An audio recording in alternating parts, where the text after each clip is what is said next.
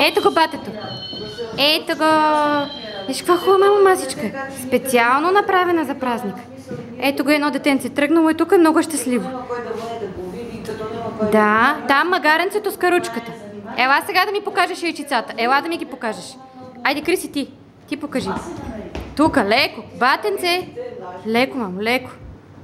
Ей, колко са щастливи. Страхотни. О, там в каруцата.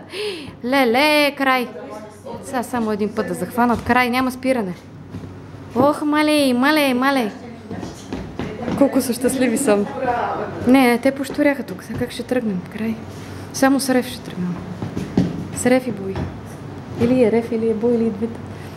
Страшно, тъй като им хареса край. Марко, виж, по-магарен че си Да, след като чорбаджи си слага ръцете отзад.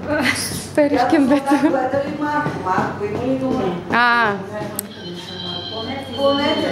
Магаре било на сиромашио. Не се е гледало това нещо. И коза не се е гледал, че то било на сиромашио. Викам, добре.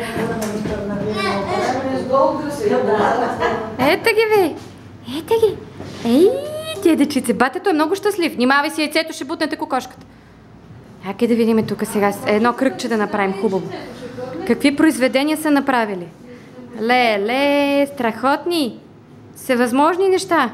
Такава мушама трябва и ние да си купиме, бабо Нора. Той с пипета. Еми да, тия кокошки ми трябва да рисуват. Има рисуват яйца по тях. Ето любимата клонка тук на мълчуганите. Най-хубавата кръглата масичка. С челичката на Войчо, с калинката. Ай, добре, че сме ги качи. Ще ги видят цяла България, даже в чужбина. Аз. Всичко трябва да се види.